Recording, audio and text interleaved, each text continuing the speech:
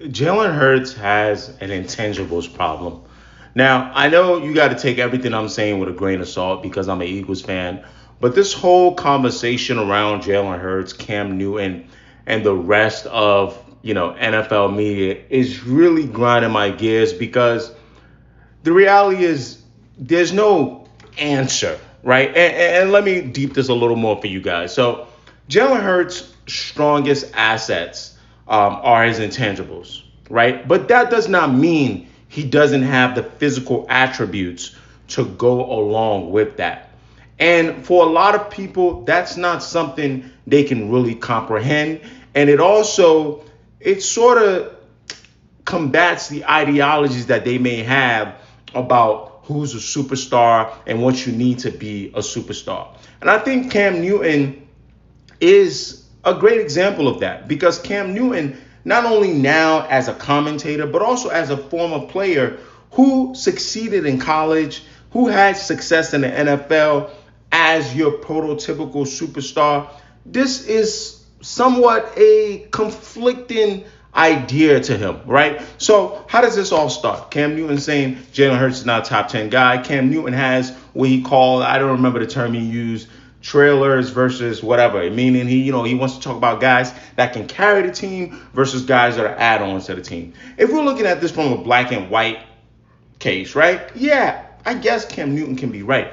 But when it comes to winning, when it comes to producing the actual results that matter the most in the NFL, Jalen Hurts clearly does that. But what's interesting about his ability to use his intangibles to produce those results, his physical attributes, his skills do stand out here and there. For full comp, if you just want to look at their first 4 years, have at it. Have at it, right? But I'm not going to be disingenuous by saying I don't understand Cam Newton's trajectory. I don't understand that MVP carrying a team type of vibe. But there's something to be said about being the type of quarterback that can work with a bunch of stars around you who sometimes need the motivation, need their games elevated, and you being that glue, right? You talk about guys like A.J. Brown, who was over there in Tennessee, right? What did they win? You talk about guys like Saquon Barkley. What did he win? I mean, our linemen, especially the guys that were there for a while, yeah, we had a good run with Carson Wentz and then Nick Foles coming in. That was great. But there were times as an Eagles fan, listen, we were missing somebody stable back there. Stability means something. Getting along with your coach means something. Being able to quell the media noise, especially in a place like Philadelphia, when they're saying, oh, you and Nick bumping heads. Oh, you and this guy and your AJ bumping heads. That means something. And being able to elevate your game. One of the best games that Jalen Hurts ever had was the Super Bowl we lost. But being able to recognize maybe I don't need to play like that. That's not what's going to help this team win. It's going to be what makes me look good, right? But at the end of the day, that Super Bowl, we can have conversations about why we lost. But you get the point I'm trying to make.